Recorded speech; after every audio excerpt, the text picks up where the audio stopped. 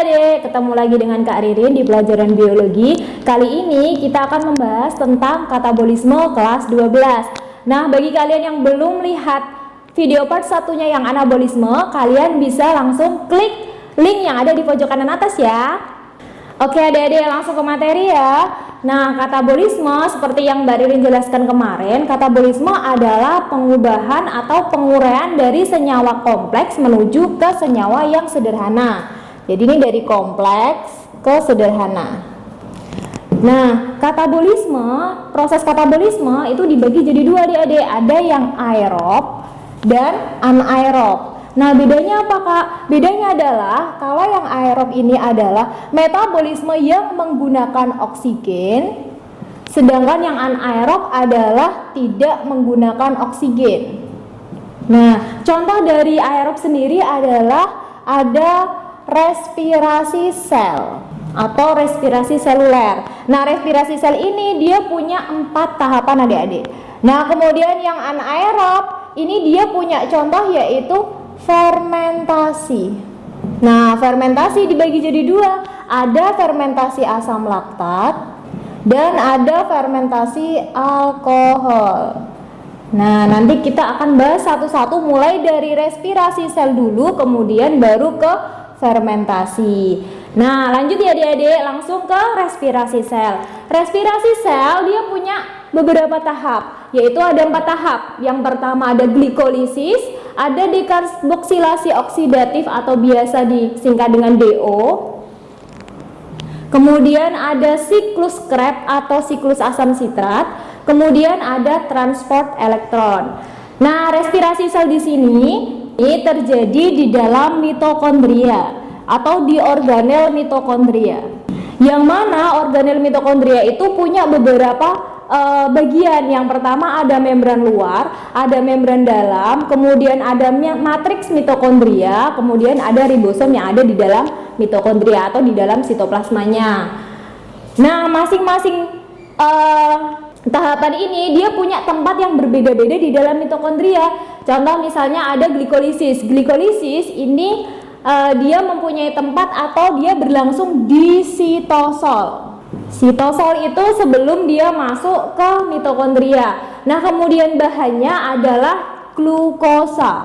Jadi bahan dari respirasi sel itu adalah glukosa yang nantinya diubah menjadi energi.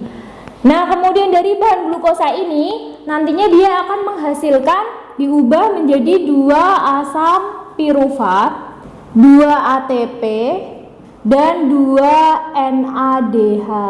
Nah, ini adalah hasil dari proses glikolisis. Kemudian dari tahap glikolisis yang pertama nanti akan masuk ke tahap dekarboksilasi oksidatif. Nah, yang masuk ke tahap dekarboksilasi oksidatif ini adalah yang diolah hanya asam pirufat. Nah, tempatnya ini ada di matriks mitokondria. Karena yang diolah hanya asam pirufat, berarti bahannya adalah asam pirufat. Nah, kemudian hasilnya yang diolah adalah asam pirufat. Nantinya akan menghasilkan 2 CO2, 2 asetil-CoA, dan 2 NADH. Nah, hasilnya adalah 2 CO2, 2 asetil-CoA dan 2 NADH. Nah, di sini ada 2 CO2, 2 asetil-CoA dan 2 NADH. Nanti hasil dari dekarboksilasi oksidatif akan masuk ke dalam siklus Krebs. Yang mana yang masuk ke dalam siklus Krebs atau yang diolah kembali hanya asetil-CoA. Jadi bahan dari siklus Krebs adalah asetil-CoA. Nah, tempatnya ada di mana Kak? Tempatnya masih sama, ada di matriks mitokondria. Nah, kemudian hasil dari siklus Krebs adalah 2 asam sitrat, kemudian ada 2 ATP, kemudian ada 4 CO2 dan 2 FADH2. Ini adalah hasil dari siklus Krebs atau siklus asam sitrat yang nantinya dia menghasilkan asam sitrat. Nah, kemudian nih kan udah menghasilkan asam sitrat, 2 ATP, 4 CO2 dan 2 FADH2. Kemudian masuk ke dalam proses yang namanya transport elektron, di mana semua zat-zat nantinya akan diubah jadi ATP seperti itu. Nah, setelah di siklus Krebs sudah dapat hasilnya 2 asam sitrat, 2 ATP, 4 CO2 dan 2 FADH2, maka akan lanjut ke proses selanjutnya, yaitu transport elektron. Di mana transport elektron ini dia berlangsung di membran dalam mitokondria. Nah, dia terjadi di membran dalam mitokondria. Nah, di sini bahan yang digunakan adalah, ini kan sudah hasilnya, Dik. Nah, yang belum diolah adalah FADH2 dan NADH. Jadi bahannya adalah FADH2 dan NADH yang nantinya akan diubah jadi dalam bentuk ATP, yaitu 34 ATP. Nah, ini adalah respirasi aerob menurut proses-prosesnya. Jadi kalau glikolisis menghasilkan 2 asam pirufat plus 2 ATP plus 2 NADH, kemudian dekarboksilasi oksidatif dia menghasilkan 2 CO2 asetil-CoA dan 2 NADH, kemudian siklus Krebs dia menghasilkan 2 asam sitrat, 2 ATP, 4 CO2, 2 FADH2, kemudian yang terakhir ada transport elektron sendiri, dia menghasilkan 34 ATP. Nah, apakah di sini setiap kali respirasi itu menghasilkan 34 ATP? Belum, adik-adik. Jadi kalau misal respirasi seluler itu ada secara langsung dan tidak langsung. Nah, secara langsung berarti setiap tahapan ini, Dek, berarti ada 1 dan ada 2, berarti ada 4 ATP. Secara tidak langsung berarti ada 34 ATP. Jadi total respirasi sel sebanyak 38 ATP. Nah, ini dia adalah proses aerob. Nah, kita akan lanjut ke proses anaerob.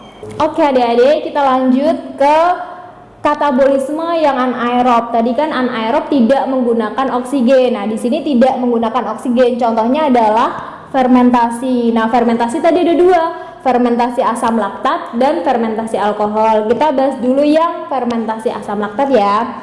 Nah, di sini fermentasi asam laktat dia punya reaksi, yaitu pertama glukosa diubah jadi asam pirufat. Di sini adalah proses glikolisis. Yang mana proses glikolisis ini dia mengubah ADP, 2 ADP menjadi 2 ATP.